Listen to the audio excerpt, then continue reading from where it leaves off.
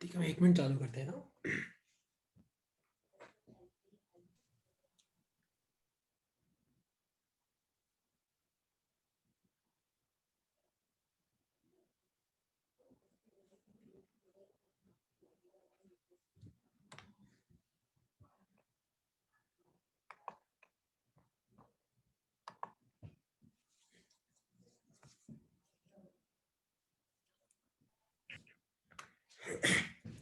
ठीक है, 1 मिनट चालू करते हैं हम लोग, है ना। तो पहले हम लोग देखो, लास्ट शीट जो मैंने भेजी थी, एक डाउट किसने भेजा है वो, और फिर मैं आगे बढ़ता हूँ, है ना। आज का टॉपिक बहुत अच्छा है, बहुत इंपॉर्टेंट है ना। तो ऐसा कोई बोरिंग टॉपिक नहीं है।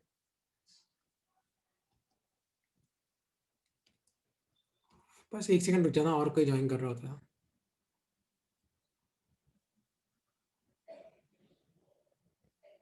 ठीक है, तो देखो आज का अपना टॉपिक है motion on inclined plane and friction force, है ना। तो सबसे पहले दिशा, में 2 मिनट बाद तेरा डाउट डिस्कस करता हूँ ना। पहले मैं टॉपिक चालू कर देता हूँ, फिर मैं लास्ट में तेरा डाउट ले लूंगा। तो देखो, मोशन ऑन इंक्लाइंड प्लेन होता क्या है। तो टॉपिक है मोशन ऑन इंक्लाइंड प्लेन। अब देखो, ये इंक्लाइंड प्लेन होती है। सपोज करो कि आपको ये वाला एंगल दे रखा है थीटा। ये वाला कितना एंगल दे रखा है, थीटा। तो तुम सब ध्यान से देखो, आपको ये वाला एंगल थीटा दे रखा है, इसको बोलते हैं इंक्लाइन प्लेन। और मान लो इसका मास है एम।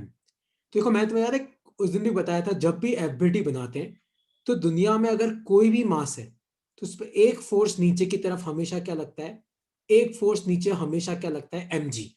लेकिन तुम ध्यान से सुनना, अगर तुम इस मास को रिलीज करोगे ना, तो ये मास कहां पे आएगा, उधर आएगा। है ना, कोई डाउट तो नहीं है इसमें। आपका मास कैसे ट्रैवल करेगा, इस तरीके से ट्रैवल करेगा। तो मुझे ये पता करना है कि mg का क्या कंपोनेंट उधर की तरफ होगा। इसलिए मैं जो लिखवा रहा हूं ना, उसको तुम दिमाग में फिट कर लेना। अगर कोई भी इंक्लाइन प्लेन होता है ना, अगर कोई भी इंक्लाइन प्लेन का क्वेश्चन आता है, कोई भी एक्सेप्ट सर्कुलर मोशन, और मान लो कि तुम्हें ये एंगल थीटा दे रखा है, तो तुम्हें क्या करना है, ध्यान से देखना, इसको समझना और अपनी कॉपी में लिख लेना। सपोज करो कि यहां पे तुम्हारा मास है एम, तो इस पे नीचे की तरफ क्या लगेगा, इस पे नीचे की तरफ लगेगा एम जी। तो इसको ऐसे एक्सटेंड करो, ये थीटा है, तो ये कितना बचेगा, 90। ये मतलब ये 90 है, तो आप मुझे बताओ ये कितना बचेगा, ये बचेगा 90 माइनस थीटा। तो देखो, अपन mg के दो कंपोनेंट कैसे लेंगे, एक कंपोनेंट तो अपना इधर आएगा, एक कंपोनेंट अपना नीचे जाएगा। ठीक है, देखो ये 90 माइनस थीटा है, तो ये कितना बचा, थीटा। क्योंकि ये टोटल एंगल कितना है, ये टोटल एंगल 90 है, और ये आपका 90 माइनस थीटा है, मतलब ये कितना है, थीटा। और अगर तुम भूल गए हो, तो थीटा के पास वाला कंपोनेंट क्या होता है, एम जी कॉस थीटा। और थीटा के दूर वाला कंपोनेंट क्या होता है, एम जी साइन थीटा। तो वापस सब ध्यान से देखना, वापस सब ध्यान से देखना, वापस समझा रहा हूं मैं, वापस समझा रहा हूं क्योंकि बहुत इंपॉर्टेंट है। सपोज करो कि ये कोई इंक्लाइन प्लेन है, मान लो कि ये कोई इंक्लाइन प्लेन है, और आपका मान लो यहां पे एक मास पड़ा हुआ है एम।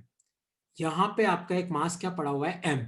तो इस पे एम जी कहां लगता है, नीचे की तरफ। और ये वाला एंगल क्या है, थीटा।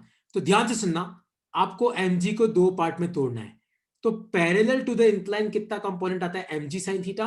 और परपेंडिकुलर टू द इंक्लाइन क्या कंपोनेंट आएगा, एम जी कॉस थीटा। क्योंकि ये वाला एंगल क्या है, थीटा। और थीटा के पास वाला कंपोनेंट क्या होता है, एम जी कॉस थीटा। और याद रखना, यहाँ पे नॉर्मल फोर्स कैसे लगेगा, ऐसे। तो इंक्लाइन प्लेन के क्वेश्चन में आपको ये वाला कंसेप्ट यूज करना है। क्या कंसेप्ट, किसी को इसमें कोई डाउट है तो पूछो, कि अगर कोई भी मास है एम, तो उस पे नीचे की तरफ क्या फोर्स लगता है, एम जी। मैंने एम जी के दो कंपोनेंट कर दिए, थीटा के पास वाला कंपोनेंट क्या है, एम जी कॉस थीटा। और थीटा से दूर वाला कंपोनेंट क्या है, एम जी साइन थीटा। मतलब जो आपकी इंक्लाइन है ना, उसके पैरेलल क्या कंपोनेंट है, एम जी साइन थीटा। और ये वाला कंपोनेंट क्या है, एम जी कॉस थीटा। किसी को इसमें कोई डाउट है तो पूछो, किसी को इस कंसेप्ट में कोई डाउट है तो तो पूछो। सर mg डाउनवर्ड लगाया है तो फिर वो ऐसे सेंटर में लगेगा। हाँ, मतलब उस मास के सेंटर पे लगेगा। तो मतलब जैसे ना, एक बार वापस देख ले, जैसे मान ले ये मास है, तो तेरा एम जी लगेगा ऐसे। तो इस पे उधर वाला कंपोनेंट क्या आ जाएगा, एम जी साइन थीटा। और इधर वाला कंपोनेंट क्या आ जाएगा, एम जी कॉस थीटा। और नॉर्मल कैसे लगेगा, ऐसे। और ये वाला एंगल क्या है, थीटा। ठीक है, तो इस तरीके से तुम लोगों को क्या करना है, इंक्लाइन प्लेन के क्वेश्चन करने हैं ना। तो अब तुम सब ध्यान से देखना, एक इंक्लाइन प्लेन का क्वेश्चन मैं कर रहा हूं, है ना, एक पूरा क्वेश्चन मैं कर रहा हूं, और फिर अपन फ्रिक्शन पाएंगे। ठीक है, तो तुम सब मेरे साथ साथ चलना।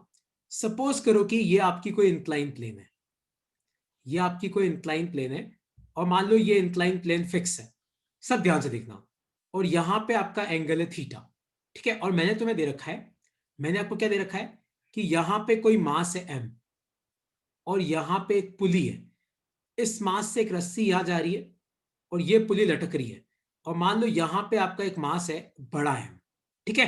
तो मान लो कि ये नीचे आ रहा है और ये ऊपर जा रहा है, तो आप इक्वेशन कैसे लिखोगे, आप सब ध्यान से देखना, सब समझना है ना। तो पहले अपन इस मास का एफबीडी बनाते हैं। तो मान लो इस रस्सी में टेंशन है टी, तो इस मास का एफबीडी कैसे बनेगा, देखो डॉट बनाओ, इसका मास m है, मतलब एक बात तो पक्की है कि दुनिया में कोई भी मास होता है तो उसमें नीचे की तरफ क्या लगता है, mg। ये कंसेप्ट दिमाग में फिट कर लो। टेंशन का है ऊपर की तरफ, है ना, आपकी रस्सी कहां खींचेगी, ऊपर, और पृथ्वी कहां खींचेगी, नीचे। लेकिन ये तो नीचे आ रहा है, मतलब नीचे वाला फोर्स ज्यादा है, ऊपर वाला कम है, तो अपन इक्वेशन कैसे लिखेंगे, नीचे वाला ज्यादा है तो ज्यादा में से कम को घटाओ, और नेट फोर्स क्या होता है, मास इंटू एक्सलेरेशन। न्यूटन का लॉ है ये तो, कि नेट फोर्स क्या होता है, मास इंटू एक्सलेरेशन। ये आपकी इक्वेशन नंबर 1।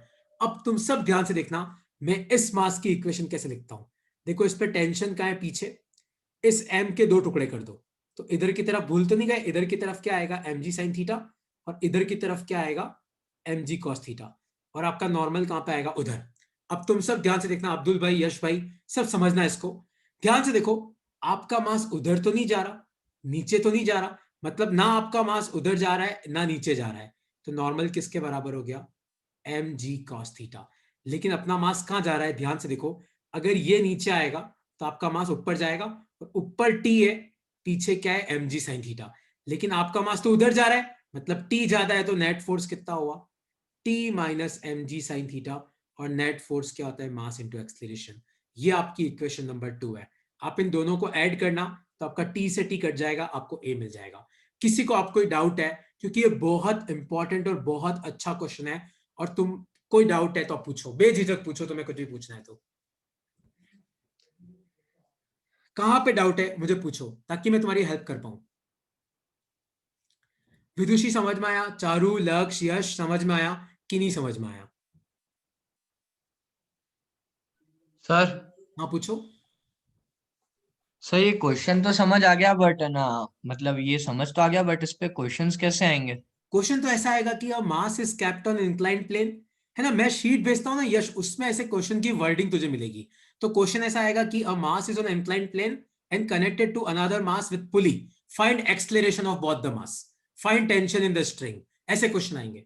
तो इंक्लाइंड प्लेन सुनते ही तेरे को ऐसा प्लेन बनाना है ना। मैं एक काम करता हूँ यश, ऐसा एक क्वेश्चन में ढूंढ के रखता हूँ, ठीक है। मतलब तुम्हारे स्कूल में कोई पास्ट ईयर में आया हो तो मैं इसको कॉपी पेस्ट करके रखूंगा, क्योंकि मेरे पास तुम्हारे पेपर्स होंगे शायद, ठीक है, तो तुझे समझ में आ जाएगा। ठीक है, अब मैं आ ओके रहा सर हूँ, ओके। अब मैं आ रहा हूँ सबसे सर इंपॉर्टेंट ये टॉपिक एक पे। बार, हाँ हाँ पूछो पूछो। सर वो एंगल को अलग करना बता दो ना, कॉस ठीक थीटा है और ठीक है साइन ठीक है, मैं थीटा में। वापस बता देता हूँ, कोई दिक्कत की बात नहीं, वापस बता देता हूँ। देख लक्ष्य, ध्यान से देख, मान ले कि ये तेरा इंक्लाइन प्लेन है, ये एंगल है थीटा, ठीक है। और मान ले कि यहां पे तेरा एक मास है m, ठीक है। तो एक बात तो पक्की है कि इस मास पे नीचे की तरफ क्या लगेगा, mg। लेकिन अपना मास नीचे तो आ ही नहीं सकता, अपना मास कैसे चलेगा, ऐसे। तो मुझे पता करना है कि उधर वाला क्या कंपोनेंट होगा। तो देख इसको एक्सटेंड कर, ये थीटा है तो ये कितना बचेगा 90, और ये कितना बचा तेरा 90 माइनस थीटा। और यहां पे एक परपेंडिकुलर ड्रॉ कर, ये 90 माइनस थीटा है तो ये कितना है थीटा, तो मतलब इधर की तरफ mg है, और एक कंपोनेंट, मुझे दो कंपोनेंट लेने हैं, तो ये थीटा है। तो लक्ष्य खुद बता, थीटा के पास वाला ये कंपोनेंट क्या होगा, mg cos थीटा, और ये कंपोनेंट क्या होगा, mg sin theta.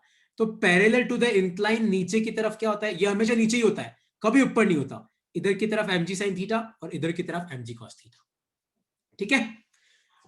Okay, yes तो सर, अब समझ आ गया। अब है ना, मैं वापस, ये अपन इंक्लाइन प्लेन का एक क्वेश्चन और करेंगे, फ्रिक्शन के साथ करेंगे, है ना। तो लेकिन अपन पहले फ्रिक्शन पढ़ लेते हैं। तो अब फ्रिक्शन होता क्या है, तो देखो फ्रिक्शन क्या होता है, तुम इस फिगर से समझो, इस फिगर से समझो। सपोज करो कि ये दो ब्लॉक पड़े हुए हैं, ब्लॉक 1 ब्लॉक 2। अगर तुम इस ब्लॉक पे आगे की तरफ फोर्स लगाओगे ना, ऊपर वाले ब्लॉक पे आगे की तरफ फोर्स, वो अपने आप मस्त आराम से आगे आएगा, क्यों, बड़े स्मूथ से ब्लॉक है, तो तुम आगे फोर्स लगाओगे तो आराम से आगे आएगा। लेकिन इस डायग्राम को ध्यान से देखो, यहां पे जो दूसरा डायग्राम दिख रहा है ना, इसको तुम ध्यान से देखो, उसमें इतना आसान नहीं होगा। क्यों आसान नहीं होगा, ध्यान से देखो। क्योंकि यहां पे आपका इरेगुलरिटी है। इरेगुलरिटी का मतलब है, जैसे देखो यहां पे तो एकदम स्मूथ है, इस डायग्राम में देखो, इस डायग्राम में एकदम स्मूथ है। अगर तुम इसको आगे खिसकाओगे तो ये आगे आ जाएगा, उधर खिसकाओगे तो उधर चला जाएगा। लेकिन अगर मान लो कि तुम्हारे दो ब्लॉक एकदम स्मूथ नहीं हो, मान लो कि आपका नीचे वाला ब्लॉक ऐसे खुरदुरा है, क्या है खुरदुरा, अपन खुरदुरा ही बोलते हैं ना मारवाड़ी में। मान लो ऊपर वाला ब्लॉक खुरदुरा है, नीचे वाला ब्लॉक खुरदुरा है, और मान लो इसके ऊपर मैंने एक ब्लॉक रखा हुआ है, वो भी ऐसे खुरदुरा है। अब तुम इस पे फोर्स लगाओ तो फिर यहां पे कोई ना कोई क्या होगा, यहां पे आगे जाना इतना आसान नहीं होगा। तो नीचे वाला ब्लॉक क्या करेगा, ऊपर वाले को आगे जाने से रोकेगा, और यहां पे क्या लगेगा, फ्रिक्शन फोर्स लगेगा। तो अगर तुम मेरा शुरुआत वाला डायग्राम देखो, तो अगर आप इधर की तरफ फोर्स लगाते हो तो ध्यान से देखो आपका फ्रिक्शन का लगता है, पीछे की तरफ लगता है।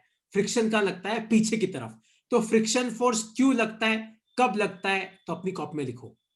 फ्रिक्शन फोर्स कब लगता है, फोर्स इज अप्लाइड, ये फोर्स कब लगता है, friction force, when a body is moving on a surface. तो मान लो जैसे तुम्हारी गाड़ी रोड पे मूव करती है तो वहां फ्रिक्शन लगता है। तो फ्रिक्शन फोर्स कब लगता है, force is applied when a body is moving on a surface और ट्राइंग टू मूव। मान लो अगर एक बॉडी मूव कर रही है तो लगेगा ही है, या फिर मान लो एक बॉडी मूव करने का ट्राई कर रही है तो भी क्या लगता है, फ्रिक्शन फोर्स लगता कैसे, पैरेलल टू द सरफेस। कैसे लगता है, पैरेलल टू द सरफेस लगता है। याद है, देखो वापस डायग्राम देखो, ये वाला ध्यान से देखो, ये फ्रिक्शन का एरो कैसा है, ये आपका नीचे वाला सरफेस है, और फ्रिक्शन कैसे लग रहा है, पीछे की तरफ। ध्यान से देखो, पैरेलल टू द सरफेस कैसे लगता है, ये देखो ये वाला डायग्राम। तो फ्रिक्शन कैसे लग रहा है, ध्यान से देखो, पैरेलल टू द सरफेस। लेकिन अगर मोशन इधर की तरफ है तो ध्यान से देखो फ्रिक्शन कहां पे लग रहा है, पीछे की तरफ। तो लिख लो अपनी कॉपी में, क्या लिखना है आपको, ये लिखना है, एक सेकंड ना, जस्ट 1 सेकंड।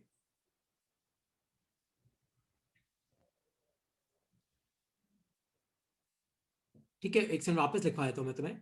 तो फ्रिक्शन फोर्स कैसे लगता है, फ्रिक्शन फोर्स लगता है पैरेलल टू द सरफेस।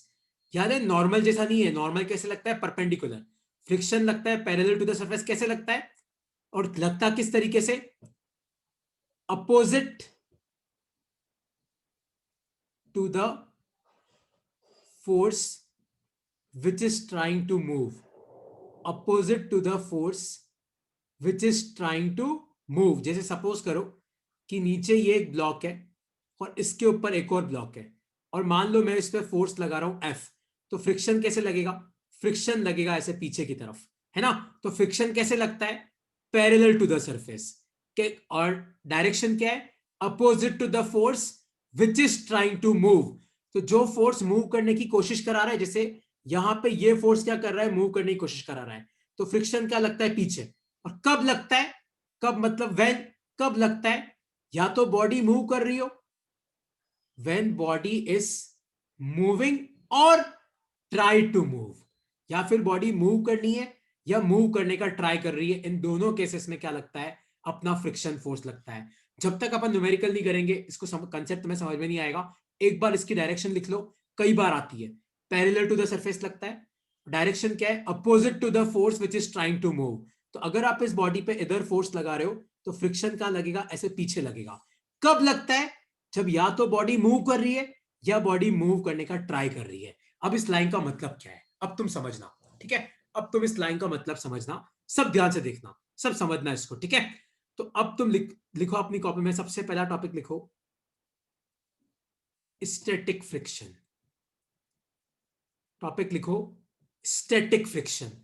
तुम्हें स्टैटिक का मतलब पता है, स्टैटिक एक इंग्लिश वर्ड है, स्टैटिक का मतलब होता है स्टेशनरी।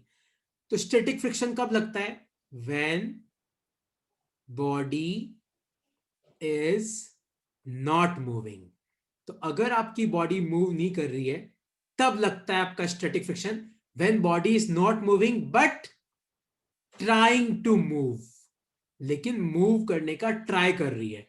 अब इस लाइन का मतलब क्या है, तो तुम सब ध्यान से समझना इस लाइन का मतलब क्या है। पहले इस लाइन को लिख लो, स्टैटिक फ्रिक्शन कब लगता है, when body is not moving but trying to move. तो ट्राइंग टू मूव का मतलब क्या है, अब तुम सब ध्यान से समझना। देखो सपोज करो कि तुम्हारे घर में एक अलमारी है, मान लो कि ये एक अलमारी है और दिवाली की सफाई चल रही, तुम्हारी मम्मी ने बोला कि बेटा इस अलमारी को आगे खिसकाओ। मान लो कि ये लकड़ी की अलमारी है। किसकी अलमारी है? लकड़ी की अलमारी है। और मान लो कि ये तुम्हारे घर की नीचे वाली जमीन है। मान लो कि ये तुम्हारे घर पे जमीन है, ठीक है। मान लो ये तुम्हारा फ्लोर है घर का, और तुम्हारी मम्मी ने बोला कि इस अलमारी को मूव करने की कोशिश करो। तो तुम क्या करा? तुम इस अलमारी के पास आए और तुम्हें लगा तुम्हारे में बहुत हिम्मत है, और तुमने इस अलमारी पे फोर्स लगाया। तुमने फोर्स कहाँ लगाया? आगे की तरफ। लेकिन तुमने देखा कि ये अलमारी मूव नहीं कर रही है। इसका मतलब क्या है? इसका मतलब जमीन से पीछे की तरफ क्या आ रहा है? फ्रिक्शन फोर्स आ रहा है। ऐसा होता है ना, तुमने कभी घर में ट्राई किया है? घर में मान लो तुम्हारे घर में बेड हो वगैरह, डबल बेड हो, तुम डबल बेड को खसकाने की कोशिश करो, लेकिन फिर भी तुम्हारा डबल बेड नहीं खिसकता है। तो उस वक्त जो फ्रिक्शन लगता है वो कौन सा होता है? Static friction. तो when body is not moving, जैसे आपका बेड मूव तो नहीं कर रहा बट ट्राइंग टू मूव, क्योंकि आप फोर्स लगा रहे हो, ट्राई तो कर रहा है, तो उस वक्त जो फ्रिक्शन लगता है वो कौन सा फ्रिक्शन है? स्टैटिक फ्रिक्शन है। वो कौन सा फ्रिक्शन है? स्टैटिक फ्रिक्शन है। तो स्टैटिक फ्रिक्शन कब लगता है? जब आपकी बॉडी मूव नहीं कर रही है लेकिन मूव करने का ट्राई कर रही है, बट ट्राइंग टू मूव, है ना। तो सपोज करो, अब तुम सपोज करो कि तुमने इस बॉडी पे आगे की तरफ 10 न्यूटन का फोर्स लगाया, लेकिन आपका तो ये अलमारी मूव नहीं करी। इसका मतलब फ्रिक्शन भी कितना लग रहा है? 10। क्योंकि आपने अगर आगे 10 लगाया, फ्रिक्शन भी कितना लगा? 10। दोनों फोर्स कैंसिल हो गए और बॉडी मूव नहीं करी। मान लो आपने फोर्स बढ़ा के कर दिया 20 न्यूटन, और आपने देखा यार अलमारी फिर भी मूव नहीं कर रही है, तो मतलब फ्रिक्शन कितना लग रहा है? 20। क्योंकि आपने 20 लगाया, फ्रिक्शन भी 20 लगा और कैंसिल। अब मान लो आपने लगाया 50 न्यूटन, और आपने देखा यार अभी भी अलमारी मूव नहीं कर रही, मतलब फ्रिक्शन कितना लग रहा है? 50। अब आपने मान लो बढ़ा के कर दिया 100 न्यूटन, आपने देखा यार अभी भी अलमारी मूव नहीं कर रही, इसका मतलब फ्रिक्शन भी कितना लग रहा है? 100। अब मान लो आपने लगाया 200 न्यूटन, साला अभी भी मूव नहीं कर रही, मतलब फ्रिक्शन कितना लग रहा है? 200। लेकिन फ्रिक्शन की कोई ना कोई लिमिट तो होगी। ऐसा थोड़ी है कि तुम फोर्स बढ़ाते जाओ फ्रिक्शन बढ़ता जाएगा, जिंदगी भर कभी अलमारी मूव नहीं करेगी। ऐसा तो नहीं हो सकता। तो फ्रिक्शन की एक अपर लिमिट होती है, वो होती है less than equal to mu S N. तो लिखो अपनी कॉपी में फॉर्मूला, एफ एस मतलब होता है maximum value of static friction, मतलब इससे ज्यादा फ्रिक्शन नहीं लग सकता। तो एफ एस का मतलब क्या है? Maximum value of static friction. N का मतलब क्या है? लिखो अपनी कॉपी में, एन का मतलब होता है नॉर्मल फोर्स, और म्यू एस का मतलब होता है, लिखो अपनी कॉपी में, कोएफिशिएंट ऑफ स्टैटिक फ्रिक्शन। इसका मतलब क्या होता है? Coefficient of static friction. तो इन तीनों चीजों को अपनी कॉपी में लिखो। तो एफ एस का फॉर्मूला क्या होता है? लेस देन इक्वल, मैंने लेस देन क्यों लगाया? क्योंकि ये मैक्सिमम वैल्यू है। तो लिखो अपनी कॉपी में। तो स्टैटिक फ्रिक्शन कब लगता है? जब आप किसी बॉडी पे फोर्स लगाते हो लेकिन फिर भी वो बॉडी मूव नहीं करती, है ना। तो स्टैटिक फ्रिक्शन कब लगता है? When body is not moving but try to move. और स्टैटिक फ्रिक्शन की मैक्सिमम वैल्यू क्या होती है? Less than equal to mu S N. तो एफ एस क्या है? Maximum value of static friction. Mu S क्या है? Coefficient of static friction. N क्या है? Normal force. लिख लो अपनी कॉपी में इन तीनों को।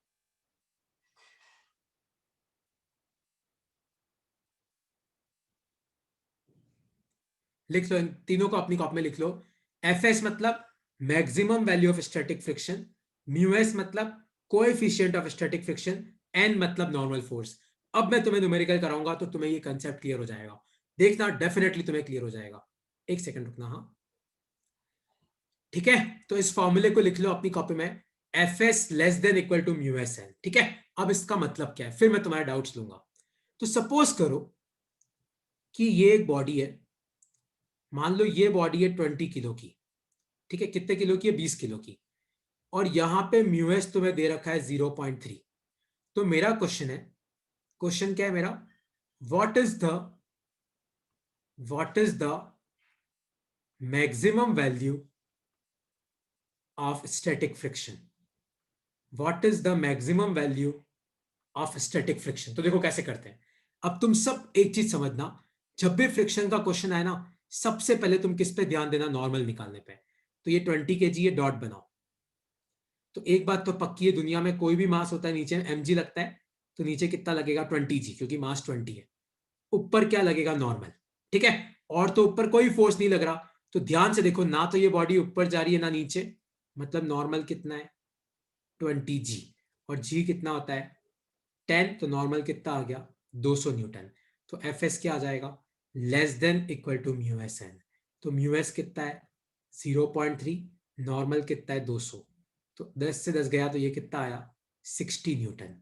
अब तुम ध्यान से सुनना, सब कान खोल लो। इस 60 न्यूटन का मतलब है कि अगर तुम 60 न्यूटन से कम फोर्स लगाओगे, आपको क्या करना है, पहले आप नॉर्मल निकालना, फिर आप एफ एस निकालना। एफ एस की वैल्यू कितनी है 60 न्यूटन। तो अगर आपने 60 न्यूटन से कम फोर्स लगाया तो ये बॉडी नहीं चलेगी। तो अगर आपने 2 न्यूटन लगाया तो फ्रिक्शन भी कितना लगेगा 2, बॉडी नहीं चलेगी। अगर आपने 10 न्यूटन लगाया तो फ्रिक्शन भी कितना लगेगा 10, बॉडी नहीं चलेगी। अगर आपने 50 न्यूटन लगाया तो फ्रिक्शन भी कितना लगेगा 50, बॉडी नहीं चलेगी। अगर आपने 60 न्यूटन लगाया तो फ्रिक्शन भी कितना लगेगा 60, अभी भी नहीं चलेगी। लेकिन जैसे ही तुम 60 के ऊपर लगाओगे, मान लो तुमने 60.1 भी लगाया, तो आपकी बॉडी क्या करेगी, चलेगी। तो तुम्हें समझ में आया कि इस एफ एस का मतलब क्या है।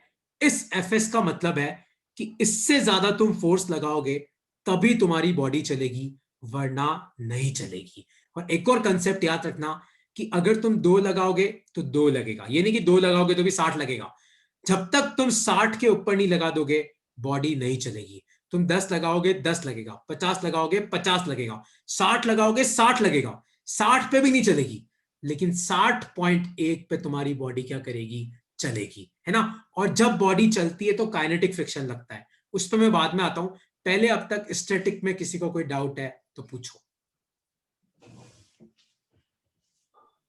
सर वो म्यू एस कैसे निकाला था? म्यूएस है ना, म्यूएस एक्सपेरिमेंट से पता पड़ता है लक्ष्य, है ना। ये दोनों सरफेस कितने रफ है उससे पता पड़ता है म्यूएस कितना है। अगर तेरे दोनों सरफेस बहुत सूखले हैं मतलब म्यूएस बहुत ज्यादा है, अगर दोनों सरफेस तेरे एकदम स्मूथ है मतलब म्यूएस 0 है। ठीक है, तो ओके। एक बेस्ट यही है, अपन एक क्वेश्चन करते हैं, तुम क्वेश्चन सॉल्व करना, तुम्हें समझ में आ जाएगा। सपोज सर करो कि, हाँ एक सेकंड ना यश, सपोज करो कि ये एक सरफेस है, और मान लो कि इस सरफेस के ऊपर मान लो मैंने एक ब्लॉक रखा हुआ है 30 किलो का, और मान लो यहाँ पे म्यूएस तुम्हें दे रखा है 0.2। तो मेरा क्वेश्चन है कि मैंने फोर्स लगाया 20 न्यूटन, तो आपको बताना है क्या बॉडी चलेगी। मैंने फोर्स लगाया 30 न्यूटन, तो आपको बताना है क्या बॉडी चलेगी। मैंने फोर्स लगाया 100 न्यूटन, तो क्या बता आपको बताना है क्या बॉडी चलेगी। तो आपको बताना है इन तीनों केस में कौन से केस में बॉडी चलेगी। तो पहली स्टेप क्या है, सबसे पहली स्टेप होती है नॉर्मल फोर्स निकालना। तो आप डॉट बनाओ, मास कितना है 30 किलो, मतलब नीचे कितना लगेगा 30 g, ऊपर क्या आएगा नॉर्मल, क्योंकि आपकी बॉडी सरफेस पे, और जब भी आपकी बॉडी सरफेस पे होती है तो ऊपर क्या आएगा नॉर्मल, नीचे 30 g।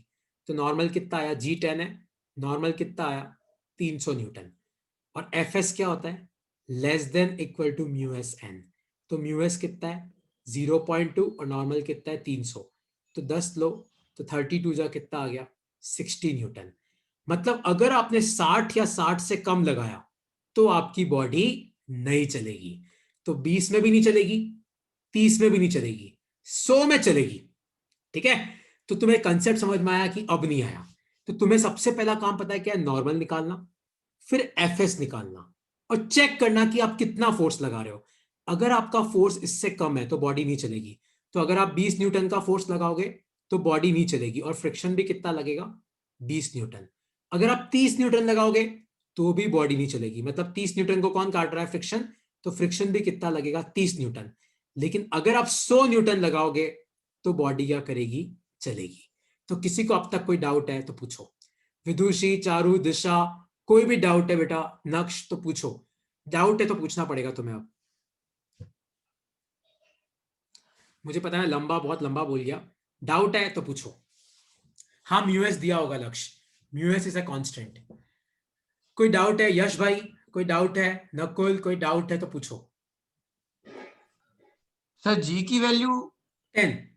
देख क्वेश्चन में अगर लिखा हो कि क्वेश्चन में दे रखा हो कि जी 9.8 है तो मैं कुछ नहीं कर सकता। अगर नहीं दे रखा हो तो तू 10 ले ले, कोई नहीं रोक रहा है। Okay sir. ठीक है, तो अब देखो, अब मैंने तुम्हें क्या बोला कि पहले 2 केस में बॉडी नहीं चलेगी, लेकिन तीसरे केस में तो बॉडी चलेगी। तो याद रखना, जब बॉडी चलती है तो कौन सा फ्रिक्शन लगता है, काइनेटिक फ्रिक्शन। तो काइनेटिक फ्रिक्शन कब लगता है, व्हेन बॉडी इज मूविंग। तो जब बॉडी मूव करती है तो कौन सा फ्रिक्शन लगता है? Kinetic friction. और इसका फॉर्मूला क्या है? एफ के, यहां पे लेस देन का साइन नहीं है, बस एक ही डिफरेंस है दोनों फॉर्मूले में। यहां पे क्या आ जाता है? म्यू के। और म्यू के क्या होता है? म्यू के होता है coefficient of kinetic friction. Mu के क्या होता है? Coefficient of kinetic friction. लिख लो अपनी कॉपी में। कब लगता है? जब बॉडी मूव करती है। क्या फॉर्मूला है? एफ के इक्वल टू म्यू के एन। और कैसे लगता है? सपोज करो कि ये कोई बॉडी है और मान लो कि इस बॉडी के नीचे एक सरफेस है। मान लो कि इस बॉडी के नीचे क्या है? इस बॉडी के नीचे एक सरफेस है। और मान लो कि आपकी बॉडी इधर जा रही है, तो आपका काइनेटिक फ्रिक्शन कैसे लगेगा? सब ध्यान से देखना। काइनेटिक फ्रिक्शन कहां लगेगा? पीछे की तरफ। तो अगर बॉडी इधर जा रही है तो फ्रिक्शन पीछे, और बॉडी आगे जा रही है तो बॉडी पीछे जा रही है तो फ्रिक्शन आगे। तो काइनेटिक फ्रिक्शन भी कैसे लगता है? Parallel to the surface. लेकिन क्या करता है? अपोज करता है। फ्रिक्शन क्या करता है? मोशन को होने नहीं देता। तो आपकी बॉडी आगे जा रही है तो फ्रिक्शन आगे, फ्रिक्शन पीछे, और बॉडी पीछे जा रही है तो फ्रिक्शन पीछे। पैरेलल टू द सरफेस लगता है। ठीक है? और कैसे लगता है? Opposite to the motion.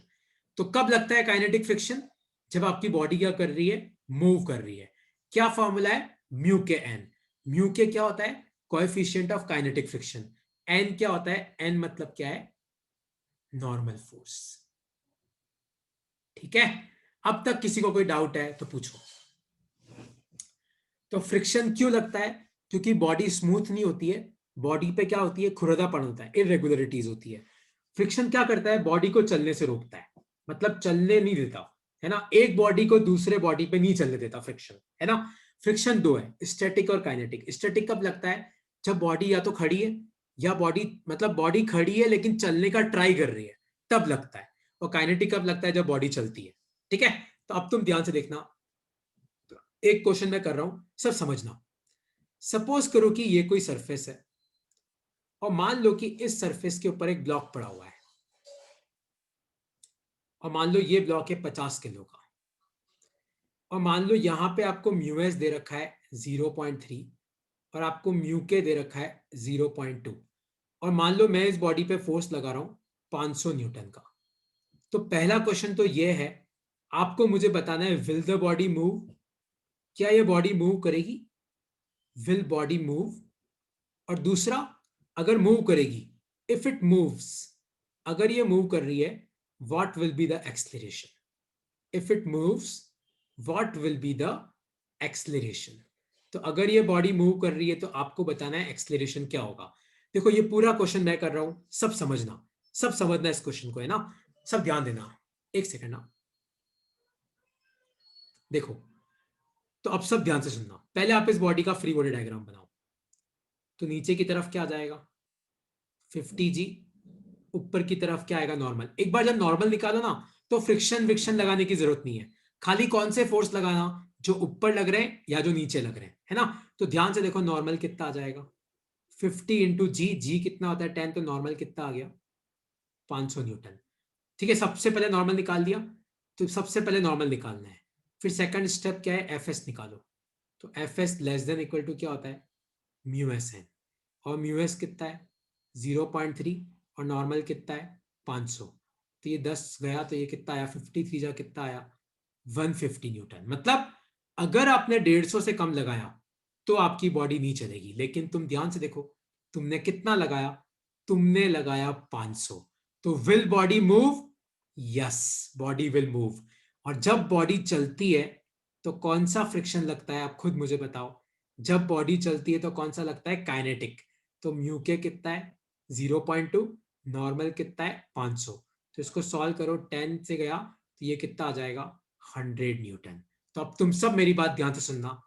आपने बॉडी पे आगे कितना लगाया? 500। और बॉडी चल रही है तो काइनेटिक कितना है? 100। क्योंकि बॉडी चल रही है तो कौन सा फ्रिक्शन लगता है? काइनेटिक। तो आप मुझे बताओ नेट फोर्स कितना हुआ? 500 में से 100 गए तो कितना बचा? 400। और याद है कल अपन क्या कर रहे थे? नेट फोर्स क्या होता है? Mass into acceleration. तो 0 से 0 गया तो 40, एक्सलेरेशन कितना आया? 8 मीटर पर सेकेंड स्क्वायर। तो इस तरीके से हम क्या करते हैं? इस तरीके से हम ये क्वेश्चन सॉल्व करते हैं। किसी को अब इन क्वेश्चंस में कोई डाउट है तो पूछो। मैं एक दो और करा रहा हूं। दिशा कोई डाउट है? चारू, नक्श, कोई डाउट है? यश तो पूछो, नकुल कोई डाउट है तो पूछो यार, आशीष भाई कोई डाउट है तो पूछो। तो तुम्हारी पहली स्टेप पता है क्या होती है? नॉर्मल। दूसरी स्टेप क्या होती है? एफएस। फिर चेक करो कि जो एफएस है वो 500 से कम है कि ज्यादा है। अगर 500 से, मान लो कि आपने जो फोर्स लगाया वो 500 से वो एफएस से ज्यादा है तो बॉडी चलेगी। और आपने जो फोर्स, मान लो ये 70 ही होता तो ये बॉडी चलती नहीं। बॉडी चलती नहीं तो एक्सेलरेशन क्या हो जाता? 0। लेकिन आपने जो फोर्स लगाया वो 150 से ज्यादा है तो बॉडी चलेगी। बॉडी चलेगी तो कौन सा लगता है? काइनेटिक। और फिर आपको क्या करना है? आगे आपने कितना लगाया? काइनेटिक के पीछे फ्रिक्शन कितना है? नेट मतलब कैसे निकालते हैं? ज्यादा में से कम को घटाओ, equal to mass into acceleration. इस तरीके से करते हैं। किसी को अब इसमें कोई डाउट है तो पूछो। अरे मैं एक और कर रहा हूं ना, मैं कर रहा हूं अभी 10, अपने पास टाइम है। अगला क्वेश्चन तुम लोग सॉल्व करना है ना, तुम आराम से सॉल्व करो। फिर अपन एक इंक्लाइन प्लेन का भी करेंगे, ठीक है? देखो मैं तुम्हें ज्यादा बम्बार्ड नहीं करूंगा, तुम्हें जितना समझ में आया उतना ही एक दिन में करो, कोई दिक्कत की बात नहीं। मान लो कि ये मास है, और मान लो कि ये मास है 40 किलो का, और मान लो यहाँ पे म्यू एस आपको दे रखा है 0.2, म्यू के आपको दे रखा है 0.1, और मैंने फोर्स लगाया 200 न्यूटन का। कितना लगाया? 200। और मान लो ऊपर से एक और आ रहा है 100 न्यूटन। दो फोर्स लगाए। तो अब आपको बताना है कि इस बॉडी का एक्सेलरेशन क्या होगा। देखो मैं तुम्हें सिखाता हूं इस क्वेश्चन को भी, तुम्हारी प्रैक्टिस हो जाएगी और तुम समझ भी जाओगे। सबसे पहले क्या करेंगे? हम एफबीडी बनाएंगे। तो डॉट लगाओ। किसी भी बॉडी का मास होता है तो उस पर mg पक्का लगता है, तो नीचे क्या आ जाएगा? 40g। और तुम ध्यान से देखो, सब इसको इग्नोर मत करना, सब ध्यान से देखो। तो ये 100 न्यूटन भी कैसे लग रहा है?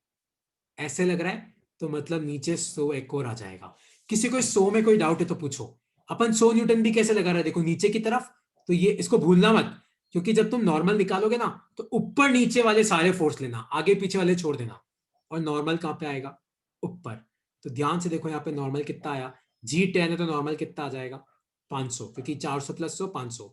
फिर आप एफ एस निकालो। एफ एस कितना है? Less than equal to mu S N. और म्यू एस कितना है? 0.2। नॉर्मल कितना है? 500। कट करो तो 52 जा कितना आया? 100। तो यार आपने लगाया 200, स्टैटिक फ्रिक्शन है 100, मतलब बॉडी चलेगी। बॉडी चलेगी तो कौन सा लगेगा? काइनेटिक। और काइनेटिक कितना होता है? म्यू के एन। म्यू के कितना है? 0.1। नॉर्मल कितना है? 500। तो ये कितना आएगा? 50। चेक करना, ये 10 से 10 गएगा 50। तो देखो क्या होगा, आगे की तरफ तो लगाया 200, पीछे की तरफ फ्रिक्शन कितना है? 50। तो नेट कितना हुआ? 200 में से 50 गए 150। और नेट फोर्स क्या होता है? Mass into acceleration. तो मास तो 40 है, तो एक्सलेरेशन कितना आया? 15/4 मीटर पर सेकेंड स्क्वायर। इस तरीके से निकालते हैं। किसी को आप कुछ पूछना है तो आप पूछ सकते हो इस क्वेश्चन में, क्योंकि मैंने इस क्वेश्चन में ट्रिक लगाई। मैंने क्या किया? एक फोर्स ऊपर से अलग दे दिया। किसी को अब इस क्वेश्चन में कुछ पूछना है तो पूछ सकते हो।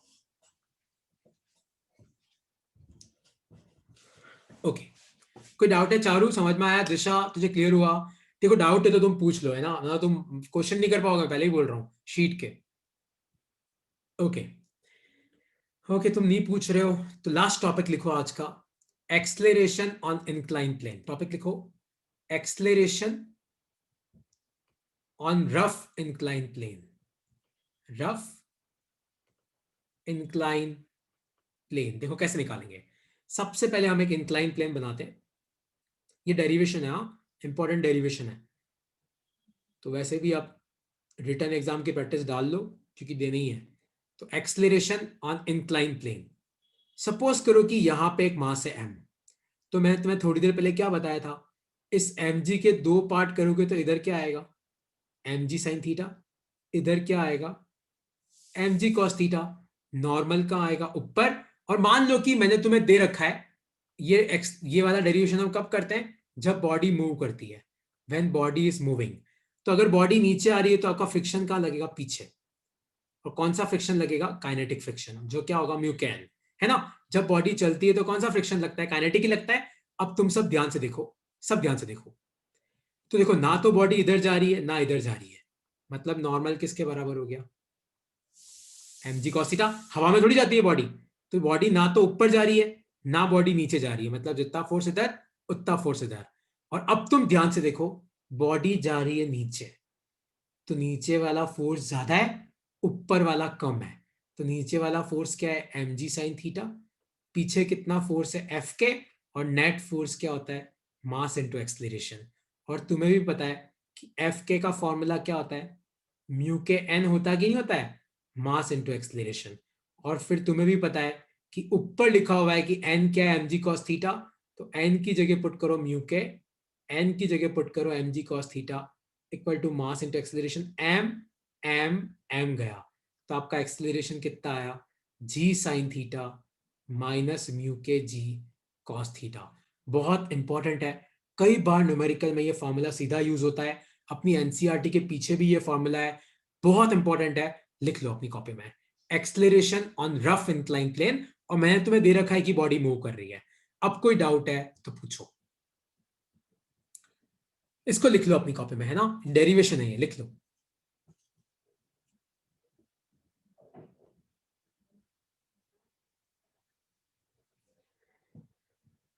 कोई डाउट है, बस मुझे एक चीज और करानी है ना, इसमें कोई डाउट है तो पूछो यार।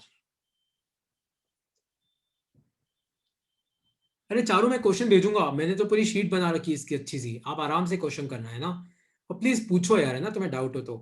किसी को कोई डाउट है, यश भाई कोई डाउट है तो पूछो।